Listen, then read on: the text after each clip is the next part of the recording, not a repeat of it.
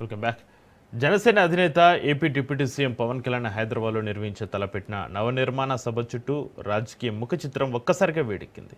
పవన్ కళ్యాణ్ తెలంగాణ సమాజానికి బహిరంగ క్షమాపణ చెప్పిన తర్వాతే అడుగు పెట్టాలని మంత్రి పొన్నం ప్రభాకర్ డిమాండ్ చేశారు. తెలంగాణ ఏర్పాటును అంగీకరించిన పవన్ ఇప్పుడు ఏ ముఖం పెట్టుకుని సభ నిర్వహిస్తున్నారని ప్రశ్నించారు. గతంలో తెలంగాణ ఆవిర్భావ ప్రకటన వచ్చినప్పుడు తాను 11 రోజుల పాటు అన్నం ముట్టలేదని ప్రకటించిన పవన్కు తెలంగాణ గడ్డపై సభలు పెట్టే నైతిక హక్కు లేదని మండిపడ్డారు.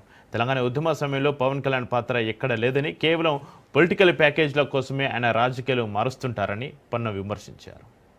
చెత్త కింద కొట్టి రక్తాలు వచ్చేలా కొట్టి అన్ని బయటికి పంపించి రాష్ట్రాన్ని విడగొడితే నాకు ఏడుపు వచ్చింది.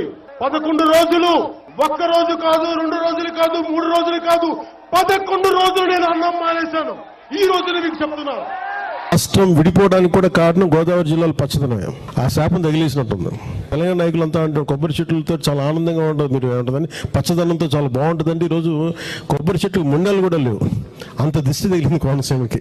నరుడు దృష్టికి నల్లరాయన పగిలిపోతుంటారు. అలాంటిది కోనసీమ పచ్చదనం ఎంతమంది కళ్ళలో పడి వాళ్ళందరూ దృష్టి తగిలి ఈరోజు ముండేలతో కొబ్బరి చెట్లు ఉన్నాయంటే దీనికి ఇంకా మనం కరెక్ట్ చేసుకోవాల్సిన అవసరం ఉంది, దీన్ని సరిదిద్దుకోవాల్సిన అవసరం ఉంది.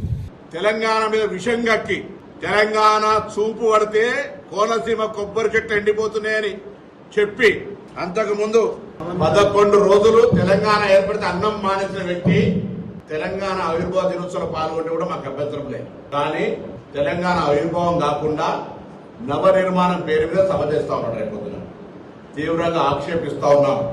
ఆంధ్రప్రదేశ్ల సామెత ఉంది, కన్నతల్లికి ముక్కు పుడుక చేయనాడు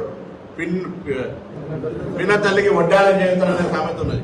అదేవిధంగా గూట్ల రాయి తీయలేనాడు ఏట్ల రాయి తీస్తున్నాట. ఆంధ్రప్రదేశ్ ఉప ముఖ్యమంత్రిగా ఏమైనా చేయగలిగితే, ఏమైనా పీకగలిగితే అక్కడ చేయి. ఇక్కడికి వచ్చే నవనిర్మాణ సమితి పేరు మీద నువ్వు ఇక్కడ ఏదో చేసేటువంటి కార్యక్రమంలో ఇక్కడ ఎవరు సహించడానికి సిద్ధంగా లేడు. తెలంగాణ ఏర్పడితే 11 రోజులు అన్నం తినటువంటి వెధవాచి ఇక్కడ మా తెలంగాణ పట్ల ఏదో ముసలి కన్నీరు గారు చెప్పుకోం.